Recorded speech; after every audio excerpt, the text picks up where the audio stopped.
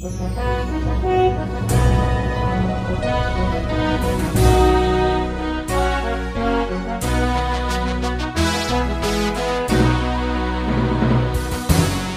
bagi saudara sekalian.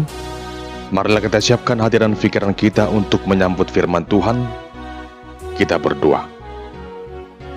Damai sejahtera Allah yang melampaui segala akal, itulah yang memelihara hati dan pikiranmu di dalam Kristus Yesus Tuhan kita.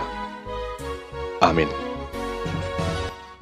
Jemaat yang dikasihi Tuhan, firman Tuhan yang menjadi nas khotbah di minggu ke-23 setelah Trinitatis pada tanggal 12 November tahun 2023 tertulis dalam 1 Tesalonika pasal yang kelima, ayat yang pertama hingga ayat yang ke-11. Beginilah firman Tuhan. Tetapi tentang zaman dan masa, saudara-saudara, tidak perlu dituliskan kepadamu, karena kamu sendiri tahu benar-benar bahwa hari Tuhan datang seperti pencuri pada malam. Apabila mereka mengatakan semuanya damai dan aman, maka tiba-tiba mereka ditimpa oleh kebinasaan, seperti seorang perempuan yang hamil ditimpa oleh sakit bersalin. Mereka pasti tidak akan luput. Tetapi kamu, saudara-saudara, kamu tidak hidup di dalam kegelapan, sehingga hari itu tiba-tiba mendatangi kamu seperti pencuri, karena kamu semua adalah anak-anak terang dan anak-anak siang. Kita bukanlah orang-orang malam atau orang-orang kegelapan. Sebab itu, baiklah jangan kita tidur seperti orang-orang lain, tetapi berjaga-jaga dan sadar. Sebab mereka yang tidur, tidur waktu malam, dan mereka yang mabuk, mabuk waktu malam. Tetapi kita yang adalah orang-orang siang, baiklah kita sadar, berbaju jerahkan iman dan kasih, dan berketopongkan pengharapan keselamatan. Karena Allah tidak menetapkan kita untuk ditimpa murka, tetapi untuk beroleh keselamatan oleh Yesus Kristus Tuhan kita, yang sudah mati untuk kita, supaya entah kita berjaga-jaga, entah kita tidur, kita hidup bersama-sama dengan Dia. Karena itu, nasihatilah seorang akan yang lain, dan saling membangunlah kamu, seperti yang memang kamu lakukan.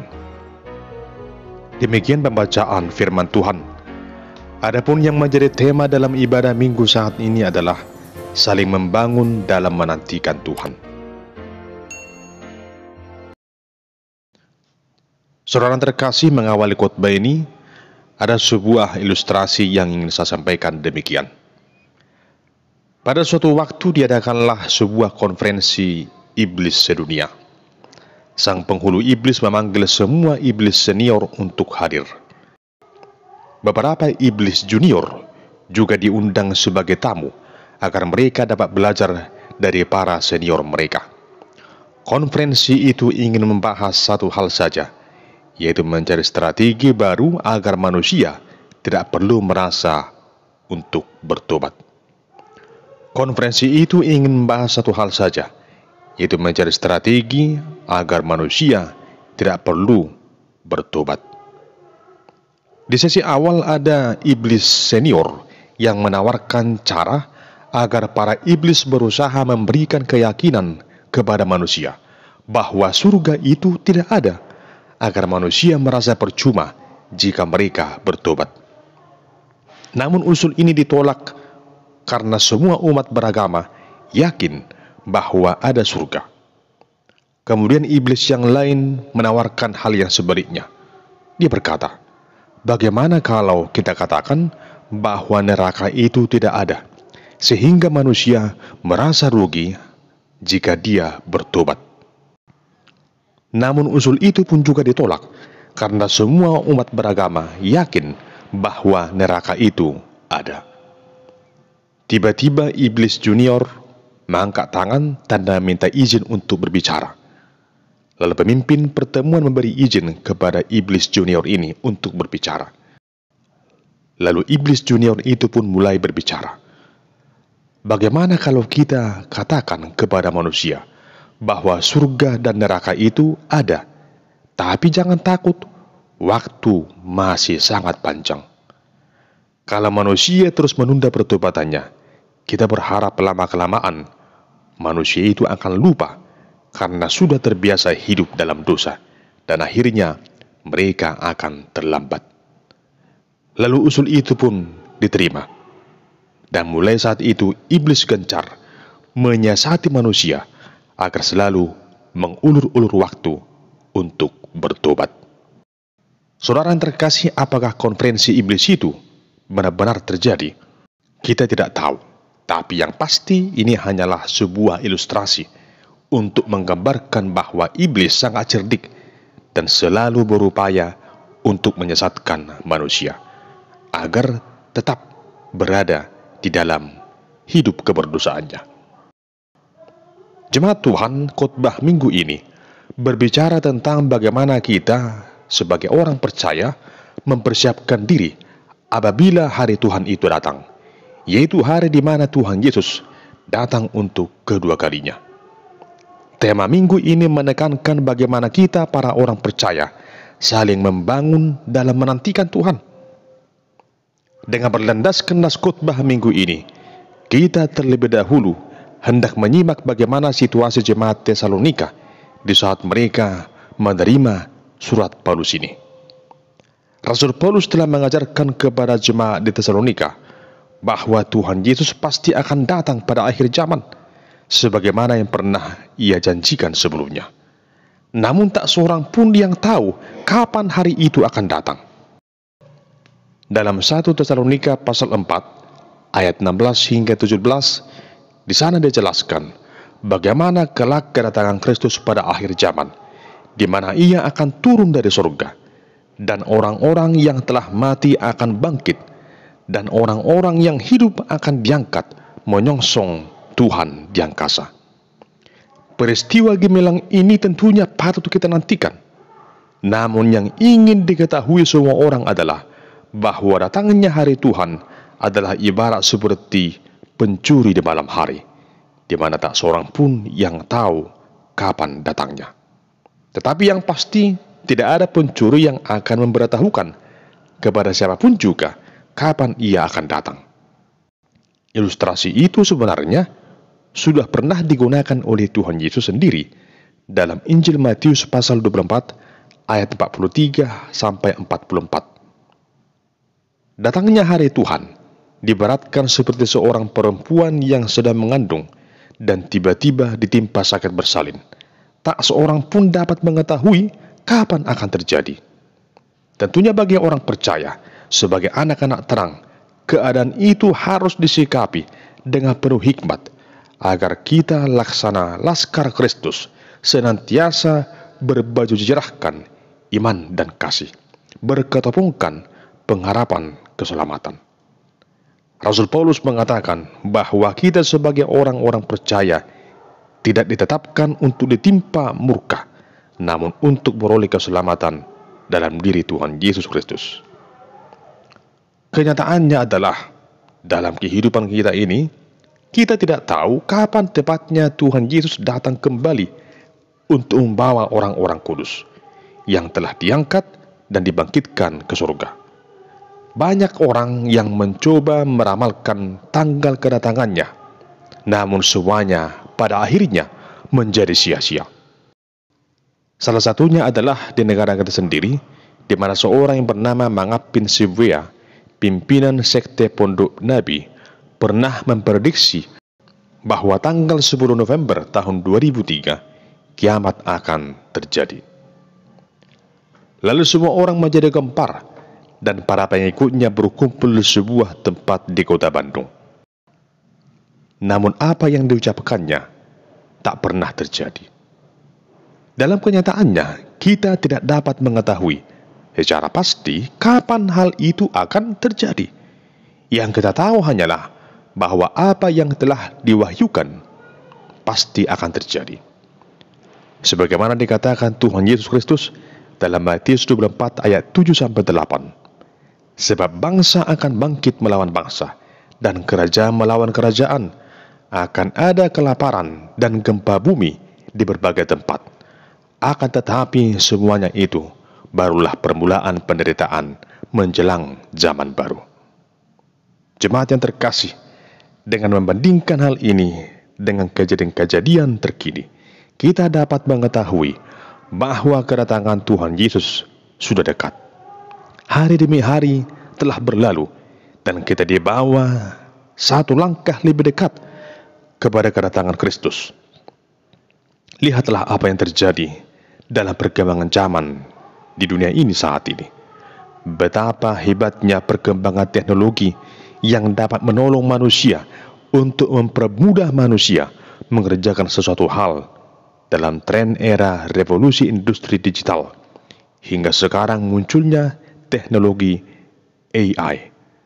Namun di sisi lain, setiap hari kita mendengar berita konflik, berita peperangan di mana-mana, baik itu perang Rusia-Ukraina, Hamas dan Israel, dan berbagai tragedi lainnya, di samping bencana alam yang datang di berbagai tempat.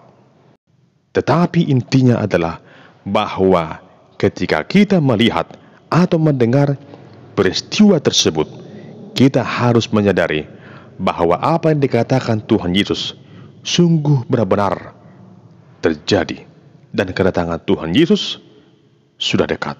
Oleh karena itu, kita perlu berjaga-jaga dan sadar.